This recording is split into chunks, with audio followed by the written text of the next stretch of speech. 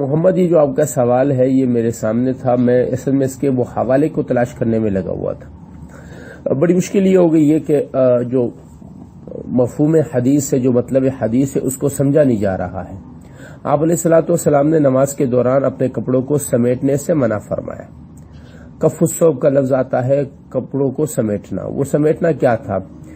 اس کا جو ہے وہ ایک آئیڈیا اور اندازہ اس وقت ہوتا ہے جب آپ عید کی نماز یا آپ جب حج وغیرہ پہ جاتے ہیں تو وہاں لوگ جمعے کو صاف ستھرے کپڑے پہن کے آتے ہیں، کاٹن کے کپڑے ہوتے ہیں، گلف لگے ہوئے کپڑے ہوتے ہیں۔ پہلے زمانے میں بھی لوگوں کو کپڑا پہننے کا تھا، اس زمانے میں سلے ہوئے کپڑے کم ہوتے تھے، کھلے ہوئے کپڑے زیادہ ہوتے تھے، اور ایسی مناسب جگہ نہیں ملتی تھی۔ مطلب پہلے زمانے میں نماز جو ہے وہ تو کچی مسجد تو پکی تھی نہیں۔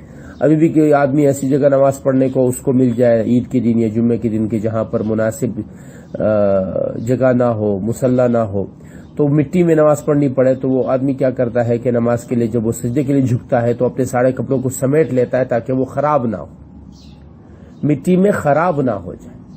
تو اسی طرح سے آپ علیہ الصلوۃ والسلام نے اس کپڑے کو سمیٹنے سے منع فرمایا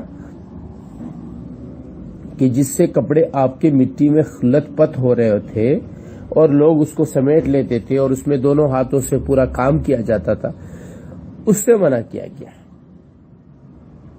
یہ جو فولڈ کرنا ہے، اس فولڈ کرنے کا تو تصور ہی نہیں تھا کہ اب 5-6 جو ہے وہ فولڈ کیے جائیں۔ اس زمانے میں شلوار کا اتنا استعمال تھا نہیں، وہ تو لنگی ہوا کرتی تھی، اب لنگی میں فولڈ کرنا کیسے ہوتا تھا؟ تو یہ فولڈ کرنا، اس کو اس پہ قیاس کرنا یہ ٹھیک نہیں ہے۔